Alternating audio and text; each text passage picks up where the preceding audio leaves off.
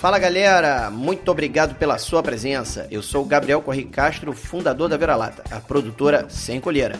Esse é o Hora do Render, como sempre, trazendo convidados e batendo um papo sobre tudo que rola no mercado audiovisual, cinema, publicidade e produção de conteúdo.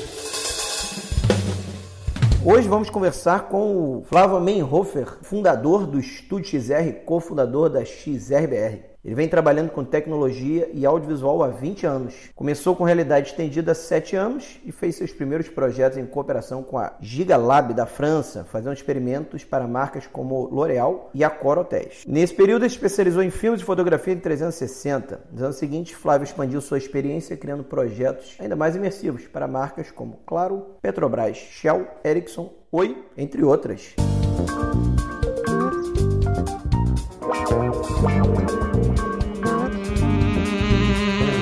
E aí, meu caro, como é que você tá? Tô bem, você tá me ouvindo bem daí? Perfeitamente, cara. Eu queria começar te perguntando, cara, qual é a diferença entre realidade virtual e realidade aumentada? Dá uma definida em cada uma delas pra gente entender melhor. Bom, vamos lá. Realidade aumentada, acho que a gente, apesar de ser uma tecnologia mais nova, por incrível que pareça, não lançada comercialmente, né, para o público, mas é uma tecnologia mais nova, mais recente, é a sobreposição de uma imagem real com algo que aumente essa imersão, né? Então, um exemplo muito comum que a gente tem são os filtros de Instagram, que todo mundo usa, todo mundo brinca, os filtros de celular, que nada mais é que visão computacional, então é inteligência artificial de visão computacional, identificando o rosto, traços e formatos, e fazendo uma aplicação de uma máscara, de um layer, que ele inclusive consegue fazer um traqueamento para onde você olha, então ele continua referenciando o olho, a abertura da boca, abre e fecha, algumas coisas interagem com isso, etc. Né? Tanto que se você cobrir os olhos, o filtro some. Né? A realidade aumentada, então, basicamente é isso. É o uso da tela, o uso de um óculos que você possa sobrepor o real e intensificar com algum elemento que você queira, como o reconhecimento de um rótulo, né? Como o reconhecimento de visão computacional, de padrão, de QR Code, etc. É isso que eu ia te perguntar. A questão do QR Code, quando você tem um produto que tem um QR Code, você marca ali, aí você bota o celular ali para você ver ao vivo o que está acontecendo, é uma forma de realidade aumentada, de certa forma? Sim, a realidade aumentada, o gatilho ou o traqueamento não é o que define a realidade aumentada. Né? O que define a realidade aumentada é justamente a sobreposição e a intenção com a tela. Cara, tem um negócio do Google que eu acho muito legal, assim, que eu agora entendi que é isso, né? Sim. O próprio aplicativo do Google, que você aponta para um objeto qualquer e ele te diz que objeto é esse e tal. Isso é muito maneiro, cara. E dá para tu botar para uma obra de arte, para um quadro, entendeu? Ele te define o que é aquilo, te dá informações, é muito maneiro. Total, é o Google Lens, né? Esse Google Lens, é isso aí, que é um grande exemplo de realidade aumentada, podemos dizer assim. Na verdade, é um grande exemplo de inteligência artificial e de visão computacional, né? Então, assim, ele pega elementos, ele entende esse elemento, manda para o servidor esses elementos, né? Alguma parte é processada pelo próprio dispositivo e a maior parte é por esse servidor e depois ele te retorna com as referências do que ele acha que é. Ou de coisas similares, por exemplo, a gente acha que essa planta é uma bananeira, né? E aí ele te dá ali as referências, né, do que pode ser. As amostras, né? Para você ter certeza. Exatamente. Cara, tem uma coisa legal também, assim, por exemplo, se você pegar o Google Tradutor e ativar a realidade aumentada dele, ele faz o scan OCR e a tradução em tempo real e ainda tenta replicar a tipografia da imagem. Depois você faz isso, pô, cara. Que maneiro, né, cara? Que mundo novo interessante a gente vive, né, cara? Agora, e a realidade virtual, efetivamente, né? Qual é A realidade virtual já é o uso, né, de um dispositivo que recrie um universo real de forma que você acredite que aquilo é real. Ela pode ser tanto 3D como ela pode ser também gravada, né? Então, imagem esférica, né? Foto ou vídeo, tá? Então, assim, a gente pode ter os dispositivos que a gente chama de Head-Mounted Display, e você também pode ter o que eles chamam de cave, que é uma sala com jogo de projetores e um sensor que você coloca na cabeça, e aí ele começa a mudar as perspectivas à medida que você vai se locomovendo dentro desse espaço. Então existe um traqueamento, que nem quando fazem tracker de câmera, né? É um traqueamento e aí as perspectivas vão mudando de acordo com que você vai mudando na cabeça. E a parte de vídeo esférica são chamados domos, né? Então você tem os domos imersivos. Então você pega tipo uma geodésia cinésica e você tem essa projeção por, sei lá, 30 projetores, né? Ou poucos projetores, mas super fortes, com grande angular, projetando essa imagem dentro dessa esfera. Então você está dentro da esfera vendo. Imagino que exista projetos que você tem um misto das duas tecnologias, né? Ou não? Tem. Como é que é isso? Tem. Aí o que acontece? Quando a gente começa, principalmente a realidade aumentada, como a gente vê, ela muitas das vezes está para a realidade mista, né? Porque no momento onde você compreende o seu universo, o seu espaço físico, né? Então o que acontece? Quando a gente faz projeção daquela imagem, você coloca ela em cima de uma mesa, de uma superfície, de uma cadeira, ou você faz um posicional dela. Então, o que acontece? Muitos celulares são equipados com câmera que tem uma percepção de profundidade. E aí a gente tem algumas tecnologias, a RCore, a RKit, Tango também da Google, que entende as superfícies e faz um pequeno scan do ambiente e eles conseguem fazer o posicional daqueles ambientes. Então, assim, um exemplo, HoloLens e o Magic Leap são óculos de realidade mista, não na realidade óculos de realidade aumentada. Como você vê a realidade aumentada, mas no momento que eles entendem o real e criam um virtual dentro desse espaço, é a junção das tecnologias. Você está conectando o espaço real com o virtual. Então passa a ser misto. Então esse óculos ele te dá uma visão do que está ao redor e ele insere elementos, é isso? Ele insere elementos e ele consegue compreender. Então, vou te dar um exemplo bem simples, né? Digamos que você coloque um cachorrinho em realidade aumentada, tá? Certo. Se a experiência não entende que é um chão, não consegue perceber, colocar a superfície, esse cachorrinho vai estar flutuando no ar. Mas se ele consegue entender que ali é um chão, ele vai estar andando. Mas se tiver um sofá na frente dele, ele não vai passar através do sofá. Ele vai parar o sofá. Então, se tiver um objeto, ele for andando, ele vai passar por trás desse objeto, entendeu? Então, assim, começam a vir esses avanços de que essa realidade aumentada, ela começa a se tornar mais imersiva ainda, porque ela começa a fazer esse match com o real, né? Fiz um projeto muito legal no começo desse ano para Claro, usando 5G, que foi no Rio Open, né? E aí a gente fez uma experiência de tênis de mesa em realidade mista. E aí a gente fez uma brincadeira, pegou 2 óculos de realidade virtual, o HTC Vive, colocamos, eu tive que importar isso da França, que são 2 câmeras de realidade mista chamada Z Mini, né? Tá até no meu post ali, eu mandei uma foto dela. E ela faz o seguinte, essa câmera ela projeta dentro do sistema que ela consegue entender as profundidades, tá? Então ela consegue entender as distâncias e consegue mandar dados para que o seu GPU, né, que é o recurso do CUDA, consiga entender o ambiente e você consiga jogar um ping-pong em realidade mista. Então você coloca o óculos de realidade virtual e ao invés de você ver um ambiente virtual sendo exibido, você vê através da câmera. Então imagina você olhar, você, liga a câmera do celular e você bota na frente e você está vendo. Só que você vê isso com estereoscopia, né, que você tem essa percepção de profundidade e todos os elementos se conectando numa velocidade super rápida a ponto de você conseguir jogar ping-pong, que é o que o 5G vai proporcionar pra gente. Cara, isso é muito incrível, né, cara? Que é um país pioneiro nessas tecnologias? Existe algum país específico? Eu ia falar do Japão, assim, apesar de eu não conhecer nada de lá, o Japão é sempre uma referência do mundo da tecnologia, dos celulares e tudo mais. Faz sentido ou não? Ou é uma tecnologia que é mais famosa, é mais conhecida e mais usada em outros países? Cara, realidade virtual começou na década de 60, né? Assim, o primeiro registro de realidade de head-mount display no MIT de 1968, né? NASA, na década de 90, usava para treinar astronautas. Nintendo Game Boy, não sei que ano, mas foi também década de 90 que eles lançaram, Nintendo VR. O que a gente percebe é que se tornou tão amplo e o uso dessas tecnologias, elas não estão só no entretenimento, que é um tanto quanto difícil. A gente tem ecossistemas que são muito fortes, né? O ecossistema americano é muito forte, mas assim, se a gente pensar qual que é o mais forte hoje, a referência no mundo em realidade virtual, até ano passado, não sei se mudou isso para esse ano, mas assim, sempre foi Vancouver. O Canadá sempre foi uma referência. Mas a China, cara, é incrível. A Coreia está mandando super bem nisso. O Japão também. A Europa também tem lá países que estão dedicando e colocando mais energia. Legal. Como diferenciar a realidade virtual de uma gravação em 360, né? Qual é a questão? Qual é a diferença? Tá, na verdade, realidade virtual é quando você vê de forma imersiva, né?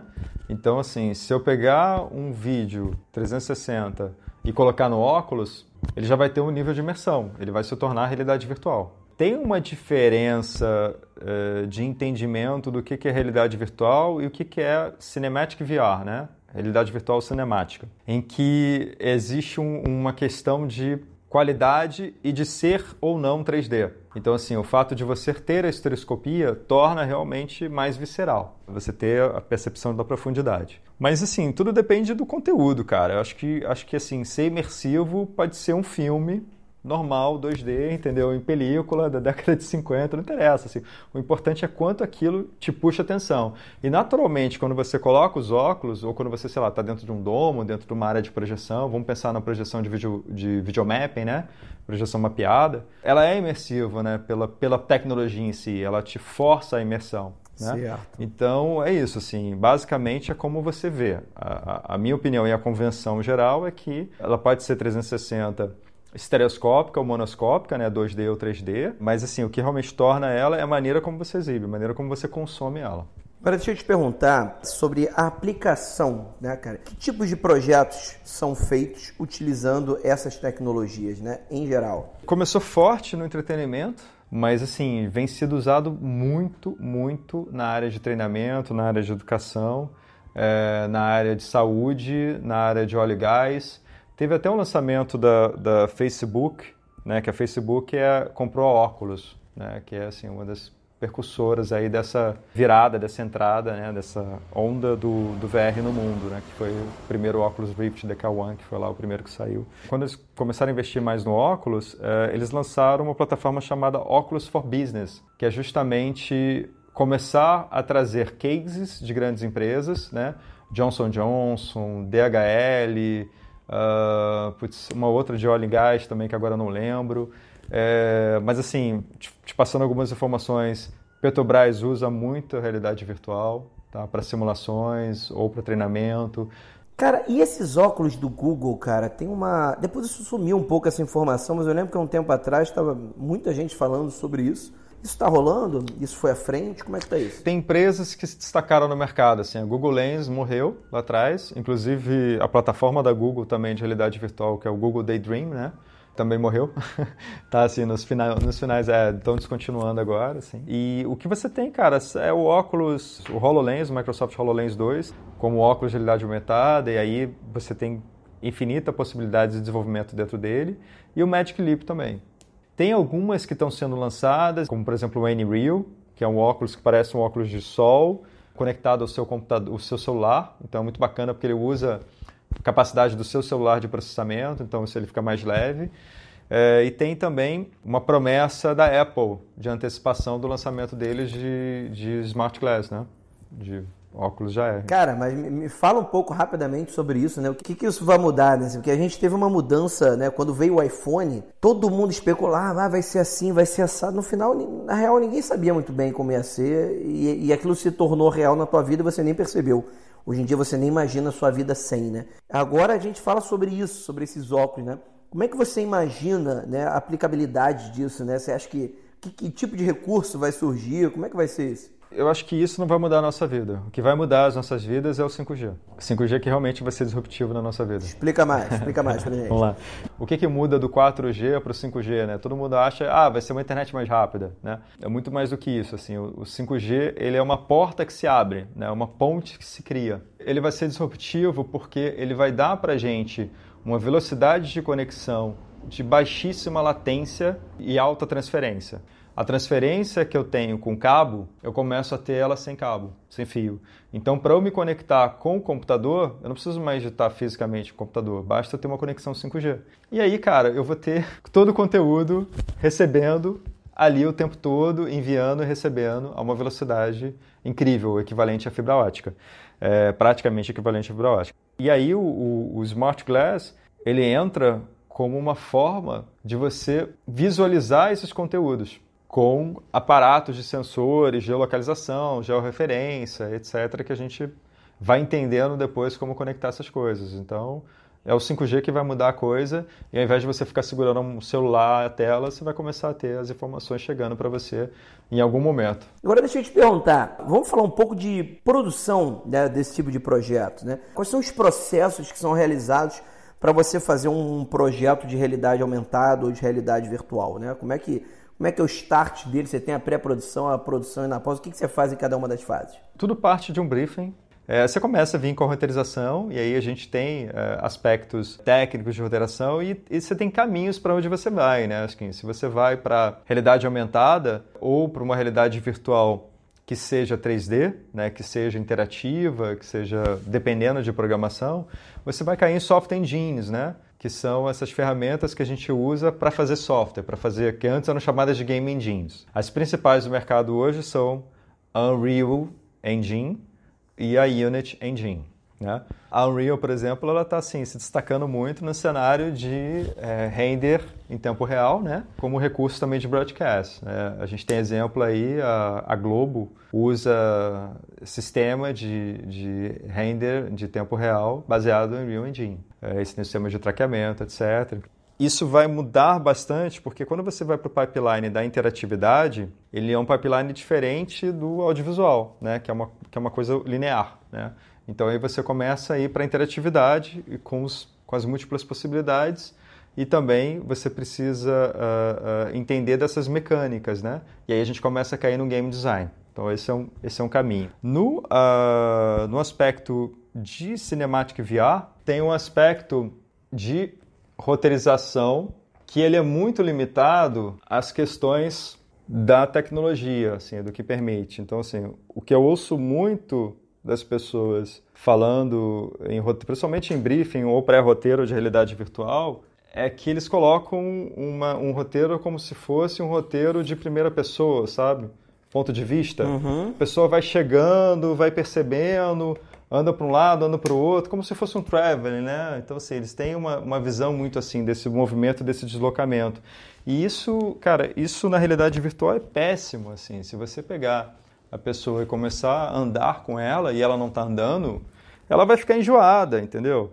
Assim, se você estiver olhando para frente, tudo bem, você consegue aguentar mais. Mas se você estiver olhando para o lado e de repente você está sendo puxado pela sua cabeça, sabe? A sensação é essa quando você coloca o óculos de realidade virtual. É estranho, né? Então você precisa entender com relação a como que você vai contar essa história, entender também que você vai captar uma esfera, você vai ter 360 graus, e saber como que você vai criar essa história para gerar um engajamento e para que o experimentador, o espectador, né, olhe para aquilo que você quer que ele tenha atenção, entendeu? Então, assim, você não tem recurso de plano detalhe, de corte, corta para cá, corta para lá. Porque você não dá nem tempo do cara sentir que está em outro lugar, né? Virou uma sequência de imagens. Né? Exatamente. Tem esses aspectos do que você vai contar da história, né? E aí, assim, você tem vários elementos de como que você constrói essa história considerando que a pessoa está livre e solta dentro do espaço. Ela vai ser como se fosse um fantasma ali, entendeu? Ela está uma mosquinha vendo tudo o que está acontecendo. Tem uma limitação técnica interessante no processo de captação, que é que quando você está gravando em 360 graus, cara, você está ferrado para colocar luz, você tá ferrado para dirigir a cena. Caramba, eu esqueci dessa parte. Você está naquela situação, cara. Você tem que se esconder às vezes, né? E aí, assim, tanto é visceral essa necessidade de esconder, que essa câmera ela tem um sistema de vídeo assist 5G. E eu consigo ficar até 300 metros de distância da câmera ou até 1 quilômetro se a gente colocar ela num drone. E a equipe, cara, né? Assim, me fala um pouco da equipe. Como é que você monta uma equipe para fazer um projeto desse, né? Quem são as pessoas-chave? É uma equipe muito parecida com o audiovisual. A única diferença é que elas, assim, acho que não foram os atores, tem que se esconder. Né? Mas, assim, a estrutura é muito parecida. Acho que, assim, a gente precisa de toda a estrutura em volta. Claro que a gente tem uma certa limitação do que você pode colocar de luz, porque senão assim, vai ser um problemaço na pós-produção de como que você vai fazer para poder montar as composições e remover esses elementos. Isso vai dar um trabalho do cacete. Outra, como são 6 lentes e ela está enxergando para todos os lados, você vai botar uma luz ali para poder fazer uma luz no personagem, mas assim, vai gerar uma luz direta na lente, entendeu? Isso vai diminuir o contraste da lente. Então, assim, você tem que realmente ser muito certeiro com o tipo de intervenção de luz que você quer fazer. Então, assim, é sempre um desafio como que você vai iluminar esse ambiente, né? Então, assim, a gente tem que ter realmente muita luz indireta, né? Luz direta é foda. Tem alguns fotógrafos específicos para isso, que estão se especializando nessa área ou ainda não? Não vejo isso como uma especialização. Eu acho que, assim, me considero como um diretor de fotografia em realidade virtual, dada, assim, a longa experiência. No ano passado, eu fiz a direção de fotografia de uma experiência do Jornada, parceria lá com a Coqueirão Filmes, né? Com o Diogo. Se chama Na Pele, em que a gente gravou no Complexo do Alemão, super legal, super orgulhoso do projeto. E eu fiz a direção de fotografia desse projeto. A gente tinha toda a estrutura audiovisual, a gente pegava van, ia, mas claro, a gente não tinha um caminhão de luz com a gente, né?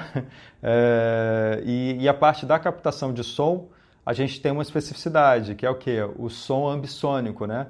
É o que a gente chama do som espacial. Então a gente tinha lá um microfone ambissônico para poder fazer essa captação 360 graus, né? E também, claro, outras captações necessárias, como lapelinha nos personagens para poder gravar. Isso foi um doc imersivo que foi gravado, que vai dar tudo certo, está sendo lançado esse ano. Eu queria que você falasse um pouco da pós. Como é que funciona a montagem de um projeto como esse? O que muda? Que softwares são utilizados? Quais são as expertises? Como é que é isso? Cara, há 3 anos atrás, o trabalho que a gente tinha para fazer a pós-produção era assim, surreal. As ferramentas mais conhecidas do mercado não estavam prontas, então a gente tinha ferramentas não tão profissionais para fazer isso, ou plugins e maneiras de contornar essas limitações, né? E aí, a partir dos últimos 2 anos, a gente começou a ter o movimento da Adobe e da Blackmagic também, com a linha da DaVinci, para poder entender e receber material 360 graus. Certo. Mas a gente ainda tem algumas especificidades e algumas ferramentas específicas que são melhores no resultado disso. Um exemplo, como a gente grava em 6 lentes, né? É como se fossem 6 câmeras, são 6 cartões independentes, cada câmera, e tem um 7º cartão que grava o preview e o áudio. Tem outras que até tem mais.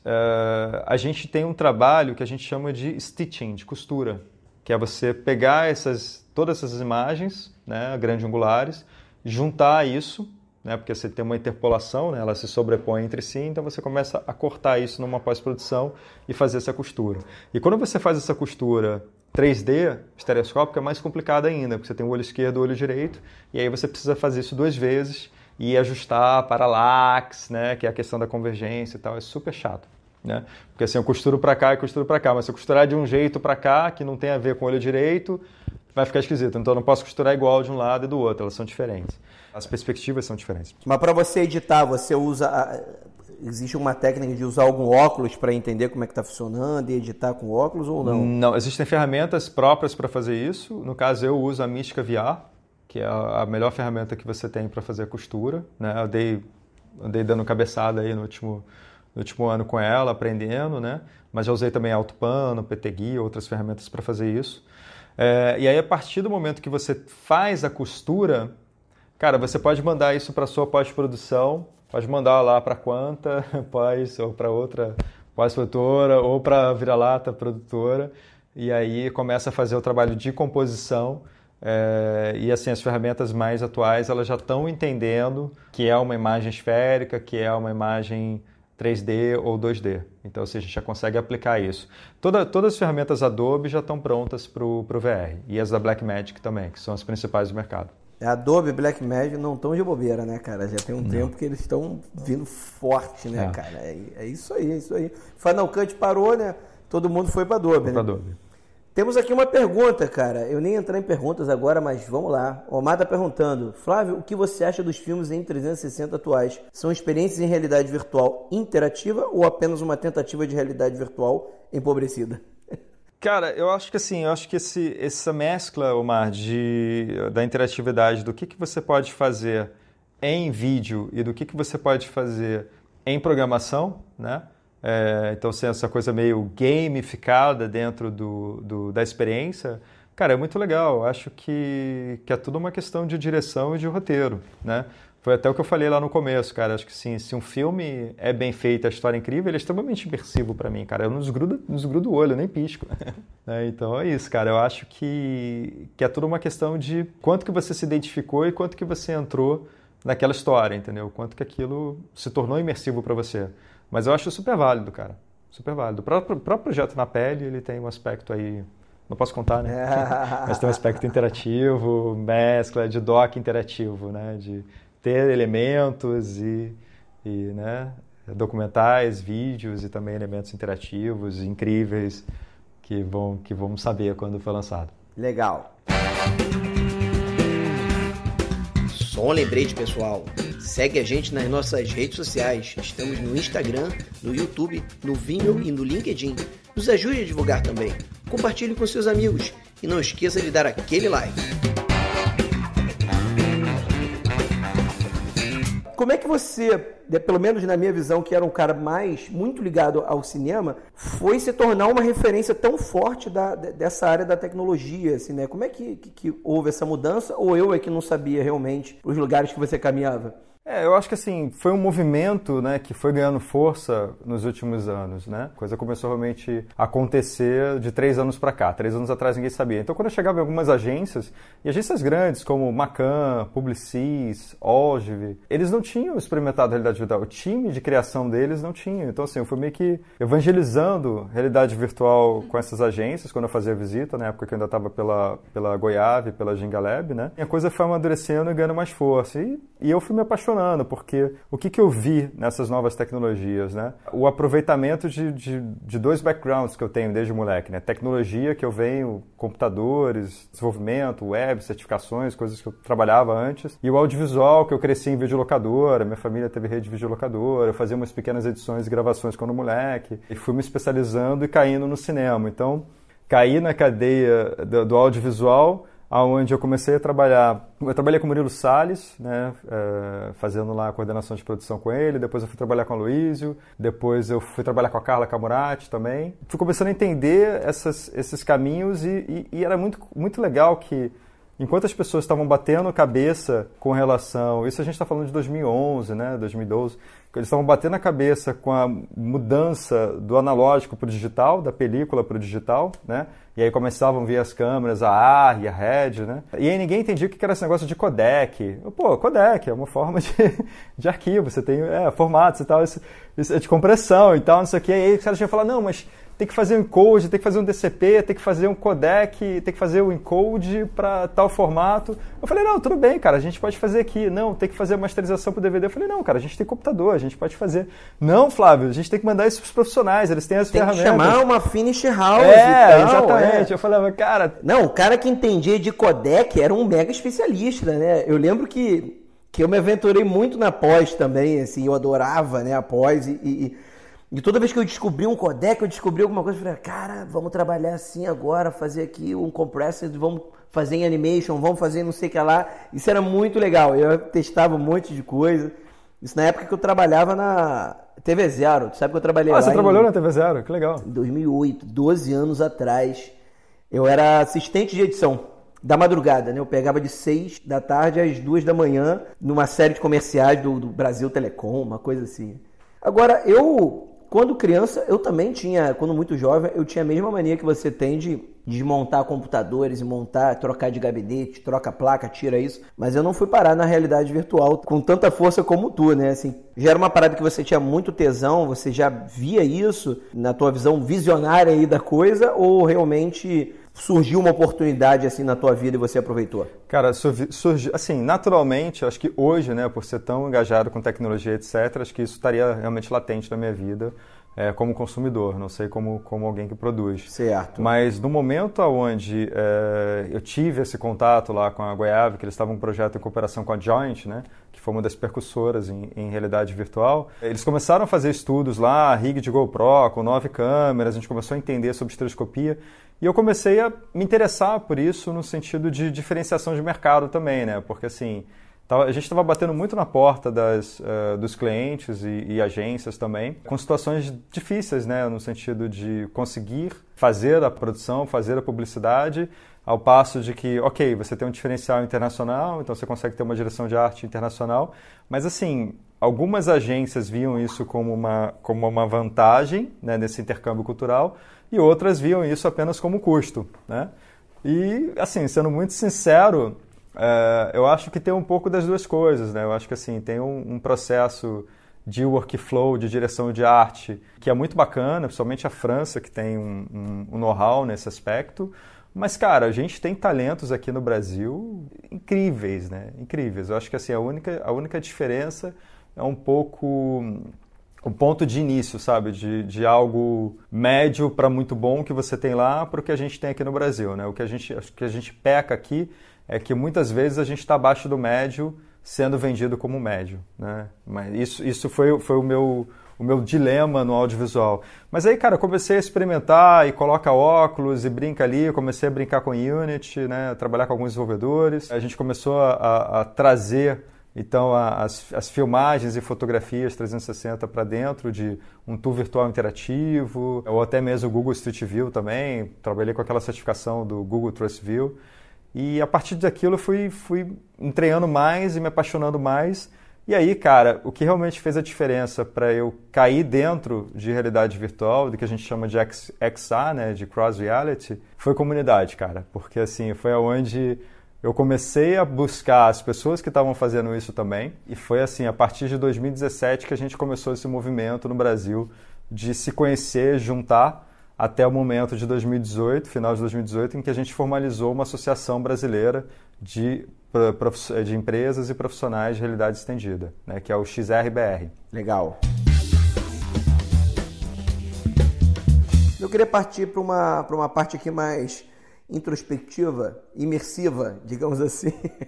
Então vamos lá, meu caro. Queria fazer aquele quadro clássico, eu te falo uma parada, tu fala outra, bem rapidinho. Tá. Me conta, uma paixão que não seja tecnologia. Mentira, pode falar tecnologia. Inovação. Legal. Me fala um filme, cara. Me indica um filme. Putz, cara, isso é difícil pra cacete, velhinho. Pode ser dois, cara. Solta os três tem aí. Muitos. Blade Runner, eu acho um filme foda. Acho que Ridley Scott era do caralho. E aí, assim, das coisas que são disruptivas também visualmente, né? Se a gente pensar em Spielberg, também é muito foda. Não sei, cara, eu não consigo dizer um filme, nem dois, nem três, assim. Eu digo coisas, assim, que me tocam muito e tem diretores e filmes que me tocam pra caramba. Então fala uma série aí que você tá vendo, que você acha foda pra galera ver. Breaking Bad. É sempre foda, né?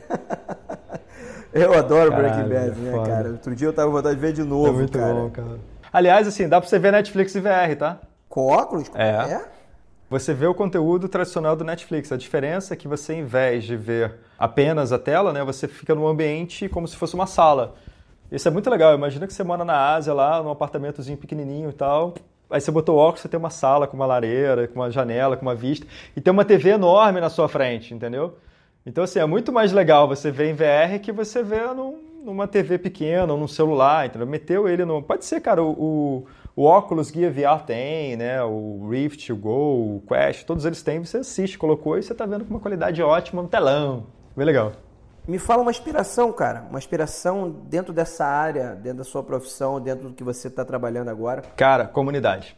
É o que me inspira, assim, sabe? Essa troca o tempo todo que a gente tem com os amigos, com os profissionais, com pessoas que você nem conhece, sabe? Eu acho que a gente vive uma sociedade muito conectada. Então, assim, não só a comunidade física que eu consigo encontrar com essas pessoas, né? Ou nos eventos, mas, assim, essa comunidade online que tem, esses amigos queridos que eu fiz entrando nesse mundo aí maluco de realidade, de cross reality aí. Isso me inspira muito. Seguindo aqui na parte sentimental, o que você gostaria que mudasse no mundo? As lideranças, cara. Eu acho que assim... Não precisa dizer mais nada. O ser humano, por esse... em tudo, né, cara? Assim, essas lideranças, assim, gerais. Lideranças cara, e tal. Pronto, todo mundo, Pronto. Pra bom entendedor, basta.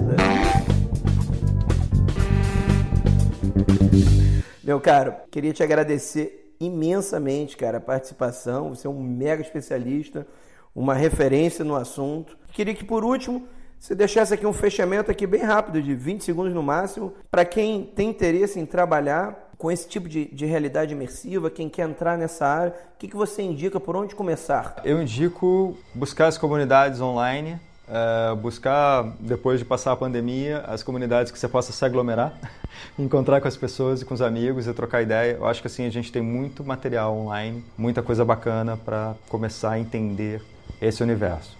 Pô, perfeito. Gente, foi um grande prazer. Boa noite a todos. Valeu! E aí, curtiu?